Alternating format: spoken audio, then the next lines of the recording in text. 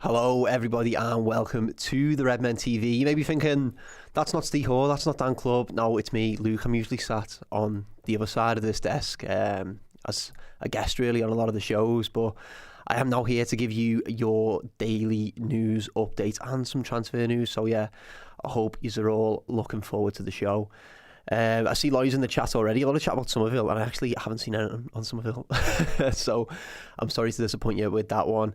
The main story we're sort of going to lead with today is Liverpool's interest in Bradley Barcola, and the French Football News Show have come out and said, the French Football News Show aggregated L'Equipe, the French newspaper, for those who are aware of them, and said that Bradley Barcola has a price tag of 150 million.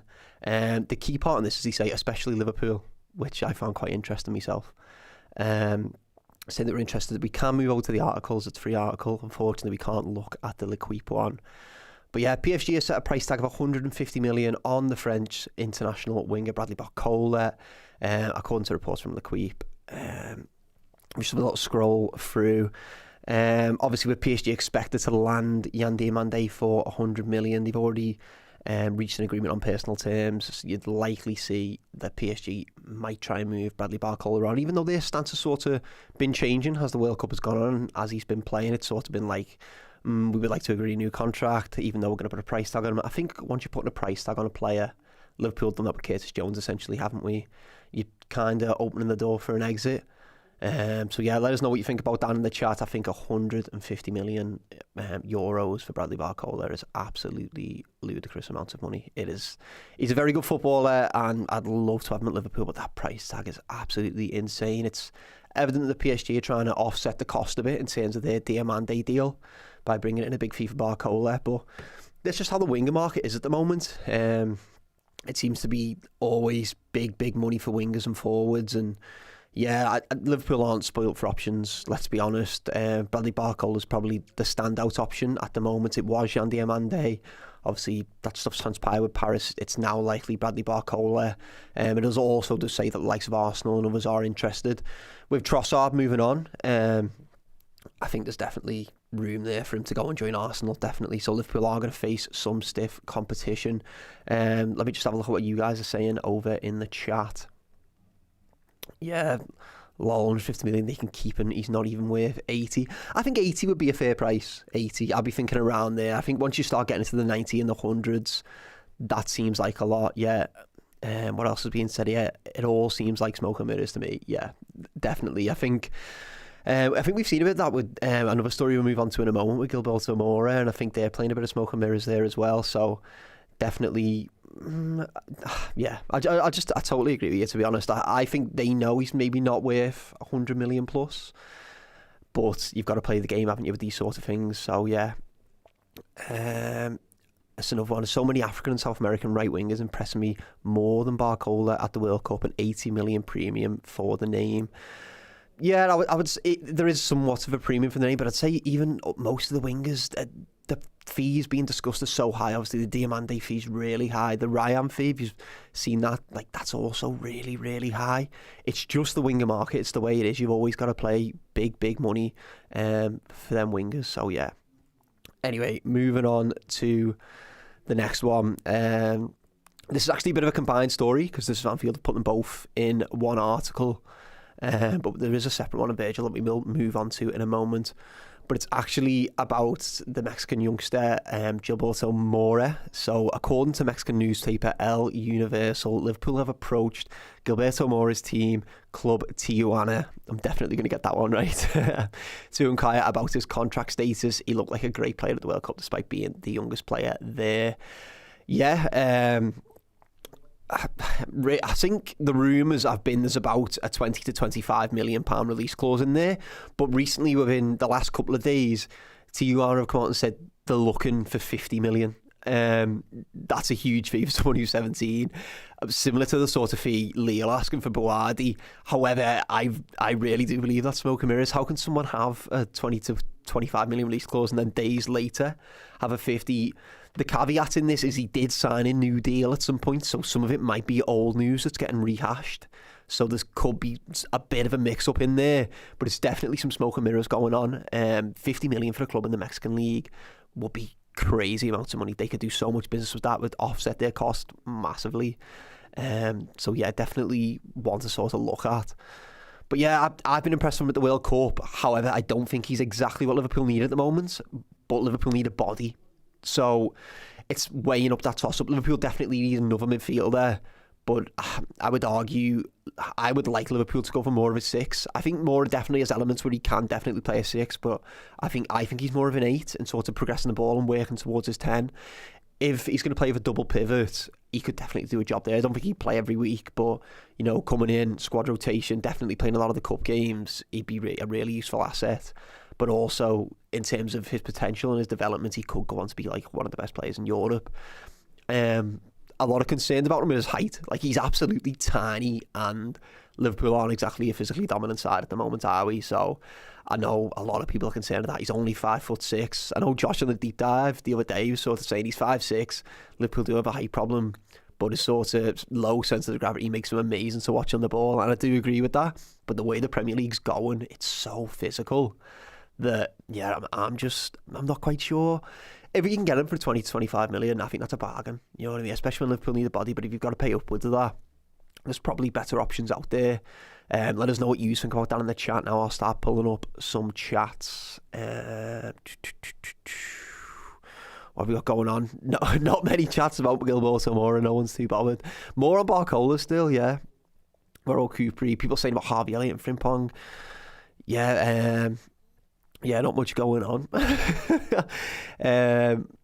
We can move back to Barcola and finish a bit more of a chat on him. But yeah, 80 million max Barcola, I sort of touched on that before. I do agree with you on that. 80 million seems like a fair fee to me. Hell no, hell no, too much money for Barcola if they do that. For the Cody, then I would be sold. Yeah, the exit of Cody Gakpo is an interesting one. Yeah, he does look like he could be someone who possibly could be moved on now, even though I'd say a few months ago he maybe looked untouchable. I would say definitely, probably not this window. I don't think Liverpool have planned for that, and he could definitely do with keeping him, but definitely further down the line. What I would say is, I don't think Cody had a tremendous season, but he is a very, very good footballer. I think the World Cup shows that when he has the freedom to sort of play how he wants to play, he can be really creative and direct. It's whether he'll get that freedom in this new system under Andoni Iraola. I think he will, and I think we could see Cody Gakpo really progress and become prominent in the side, but we'll have to wait and see. It's probably, he's only been at Liverpool, he's not been here too long, only a couple of seasons. The last season was probably I would say maybe the worst season he's had at the club so far, but definitely not a bad one. He's still got a lot of goals. He was also chopping and changing between playing striker and left wing for a lot of the year. If we can get him nailed into that left wing spot, have him on a good rotation with Rio and Gamoa, I think Rio and Gamoa can give him a bit of a fight for his position as well, and hopefully drive both of them on. But yeah, definitely one to look out there with Cody Gakpo, especially with Tottenham interest as well. I know TalkSport put something up today about Tottenham interest, and they seem to be doing a lot of business in the transfer market at the moment, don't they? So yeah, moving back, we'll move on to some Virgil van Dijk bits now. So essentially, La Gazzetta dello Sport out in Italy, they reported that AC Milan are actually keen on Virgil van Dijk, not this summer as we know, but on his contract expiry next summer if Liverpool are going to let him go. Van Dijk is 35 now, and I think we've already seen a little bit of planning with the exit of Van Dijk. Moving on, I'm just going to move back and remove that comment off the screen if that's alright, lads. Nice one. Sorry, I'm still getting used to this, guys. She's very much learning on the job with me. I'll move back over now. There we go. But yeah, La Gazzetta dello Sport, they do put lots of news out. They're usually not too reliable, to be totally honest, but when it comes to AC Milan news, they have got a lot of things right. It does say that they're also looking at younger options and stuff, but when Virgil van Dijk's going to be available on a free at the end of the season, potentially, we'll have to see if Liverpool renew his deal. Van Dijk could have a really, really good year, and we look at putting another year on, and we don't know yet. But yeah, I think he'd be really good over in Italy, wouldn't he? Let's be honest, the game's a little bit slower. He'd have a lot more time on the ball, and it's very much not counter-attacking fast like the Premier League. He'd be really good for them, wouldn't he? And the problem is with AC Milan there is that everyone will be knocking on the door for Virgil van Dijk if Liverpool are going to let him go. I mean, if if he has a great season and plays every game, I can't see a way with Liverpool don't give him an extra year unless it's a money problem. We've already seen a bit of contingency planning. Obviously, Milan and Jai, he come in, I want to say just after January, didn't he? He's a very young player. They also signed a young lad from Celtic. I've got his name here, actually, because I've just forgot it. Dari Yakimi, he's just 16. There's definitely Liverpool investing in youth, looking at finding the next possible Virgil van Dijk. Obviously, we've got Jeremy Jacquet coming in. We've got Leone, who had that unfortunate injury last season, who might play a much bigger role in the squad this season. I'd like to hope so, because that cameo that he did have, I was really, really impressed with. It was about just before half-time, wasn't it, against Crystal Palace in that Carabao Cup game. I thought he was excellent, and he looked really calm on the ball. But yeah, definitely going to be lots and lots of interest around Virgil van Dijk when it gets to the end of next season. Moving on again now, there's a little bit more interest around Curtis Jones. So obviously we know we've had lots of interest from Inter Milan, and yesterday them sort of refreshing their interest, saying that they never lost any interest. We've had previous interest from Nottingham Forest. I don't think he'd be a great fit there personally, but it's definitely one, and probably one where Liverpool would look to get more near their evaluation. Obviously Inter Milan have fallen quite short of that, almost halfway short, around 20 million they were offering, and Liverpool won around 40. You definitely have more chance of getting 40 off Forest with that Premier League premium on top. But there's one here saying that Jones isn't short of options, and Galatasaray are actually expressed an interest in a deal for Curtis Jones this summer. How Curtis Jones feels about that, I do not know. I went to Galatasaray twice last season, and yeah, they're an unbelievable club. They're absolutely massive in Turkey. Yeah, everyone seems to be a Gala supporter when you get to Istanbul to have a Gala or Fenerbahce, and I was really impressed. However, them moving for Curtis Jones and Liverpool on a valuation of 40 million, I don't think they're going to have that sort of money, and I also don't think Curtis Jones wants to go and play for Turkey, even though they are an amazing club and, you know, probably the most decorated club in Turkey. I don't think Curtis Jones is going to want to go play over there, is he? You know, he'll want to play in one of Europe's top 5 leagues, whether that be Italy or the Bundesliga or La Liga or the Premier League. Liverpool move him on. For what it's worth, I think it's worth keeping Curtis Jones around and seeing if he can sort of work his way into the team and get the minutes that he thinks he's deserving of. But then you're in that situation again, but Liverpool have really found themselves in a lot recently of his contract's going to expire. Liverpool could be losing another player for free, and we certainly don't want any more of that. We've seen Ibu Konate, we've seen Trent go in recent years. Liverpool don't be losing another talent for nothing, especially when you can bring in a fee for him. So yeah, really interesting. Hopefully be about for a lot of pre-season Curtis Jones, as he didn't go to the World Cup. So yeah, it'd be nice to see how he gets on, and hopefully he can play his way into the squad a bit, because I'm a real big fan of him. I thought he had a bit of a resurgence last season at right back. I'd say resurgence. He got his minutes in the squad that he deserved, and he proved that he's really versatile and can play multiple positions. And if Liverpool aren't going to do work in the right back market, there's definitely a rotation there for him, whether he's the first option or the second option. He provides lots and lots of cover for a lot of positions. Unfortunately, that's not what he wants. He wants to play every week, and probably in his preferred position in midfield. So yeah, it'd be interesting to see how that develops. Let us know what you think about Curtis Jones in the chat. I'll have a little look and see what you're saying now. Brill. Yeah, if we had the cash in on Jones, I'd take the 40. Well, that seems to be Liverpool's stance on it, doesn't it? If someone can bring in that 40 million, then yeah, I think Liverpool will be definitely keen to let him go. We should be pushing 50 for Jones. I mean, I would say Curtis Jones is worth 50 to 60, but Liverpool seem to be happy with that 40 million evaluation, don't they? I think he's a really good asset, and he'd be brilliant for a lot of clubs in the Premier League. And obviously, like I said, he can play multiple positions, so he provides so much cover. I know a lot of people don't like Curtis Jones. This is probably one of them ones. Jones has had too many chances. It does feel like over recent years, he had a lot of chances to sort of break into the squad, and he just didn't quite do it. He'd have 1 or 2 games, and then maybe there was an injury, and he'd have a run of games, and he could never quite pin down that position. But I felt at right back he was really doing that Everton game away at Hildeston. I was really impressed with him, and I thought he was our best option at right back for a very long time. And yeah, sorry, I've got that wrong. Yeah, you are right there, Stephen Tutu. It is euros, not pounds. Yeah, sorry about that, guys. Like I said, you're very much learning on the job with me on this one. But yeah, sorry if I make a few errors throughout the show.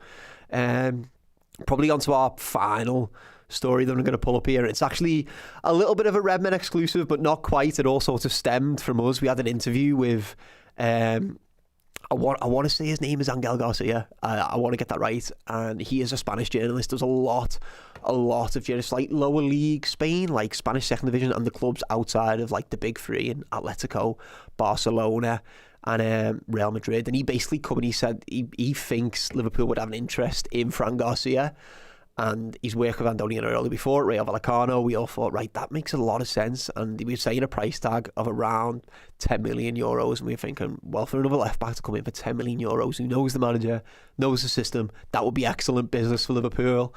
But no, Liverpool won't be doing any of that business, because Fabrizio Romano tweeted yesterday that it is official. Fran Garcia has gone to Real Betis for 4 million euros. Wild price tag. I mean, I think that's an absolute bargain for someone who was really good 2 years ago. I know he's been poor at Real Madrid recently, but there's not to say he can't have a bit of a resurgence. He's still a very young player as well. It does say that Real Madrid maintain a 50% sell-on clause. They've been doing a lot of business with that recently, leaving then massive sell-on clauses in there, and obviously clubs like it. What will be interesting is if there's a buyback clause there for Real Madrid. I'm sure there might be, in terms of if he does have that resurgence and start playing really well, Real Madrid can bring him back for like 10-20 million quid. But yeah, really smart business for them. And Liverpool maybe slightly out the loop on that one. I mean, I felt like that was business Liverpool should have been getting involved with. When the fee's that low, to bring in what probably would have been a secondary right back, maybe playing back up to Milos Kerkez, especially when there's a lot of questions around Kostas Tsimikas' future at Liverpool. That seemed like a no-brainer to me, but Liverpool obviously thought otherwise. I know he hasn't really excelled at Real Madrid and he has been fairly poor, but a few years ago there was a really good player in there under Andoni Iraola at Rayo Vallecano. So yeah, Liverpool have missed out on that one. I'll just move over to the chat now. Let us know your thoughts on all the transfer news, and we'll just do a couple of minutes to like flicking through. This one's an interesting one actually. Just get Minter and Nusa for the ridiculous Barcola price. I know the deep dive, Chris and Josh have been looking a lot at like the potential winger options. Josh saying the other day he really likes Nusa, but I missed the data set on that one, so I'm not sure what it is. But Minter, and knowing a lot of the metrics, does show up really well. I think the problem is with a lot of Liverpool fans is when you move for Diamande and then the questions around Barcola. If we just brought in Minter, that's quite underwhelming, isn't it? As a Liverpool fan, 'cause you're thinking we've got these two big names. Yes, you're probably playing a premium for the Barcola name. Diamande seems to be the breakout talent in Europe at the moment. To then just move to Minter, Minter's a very good footballer, but I wouldn't say he had an exceptional season at Brighton. He's very good. He's very young. He's definitely got that ceiling. But yeah, it does just seem a little underwhelming. But if the data says what the data says, Liverpool are very much a club centred around making transfers around data and numbers. Maybe that could be the option for Liverpool. Nusa, I haven't seen too much of, like I said. So I'll let you discuss that one in the chat and whether you think he's a good option for the Reds. Yeah, it's another one as well. I would prioritise a proper destroyer DM over a winger right now, to be honest. That one's tough, isn't it? I think that one's a bit of a toss-up. It's a bit of like a flip on a coin. I reckon Liverpool definitely need a midfielder. Obviously, that does link into the chat I said earlier about Curtis Jones getting minutes. I mean, it's one of them. Liverpool are really stuck with that one. However, I would probably lean on the side of a right winger more. I mean, we've just let Mo Salah go. Probably the best player for Liverpool in the last decade. We need to replace him with at least somebody, potentially one of the bigger names in Europe, one of the more exciting players who can come in and just plug and play straight away. We haven't got to wait for them to find form. We know they're going to be brilliant. But yeah, we definitely could do with another midfielder as well. Something I felt like maybe we were lacking a little bit last season. So yeah, one of them. Anyway, I will wrap it up there. We are reaching about 20 minutes. I hope you enjoyed the news update. And yeah, make sure to check out all the content coming on Redmen today. I think there's a Journal Insight this afternoon with Paul Gorst, so I'm sure he will have any more breaking transfer news that happens. But yeah, thanks for watching this one. Make sure to leave all your comments and stuff below, give the video a like, and I will see you on the next one.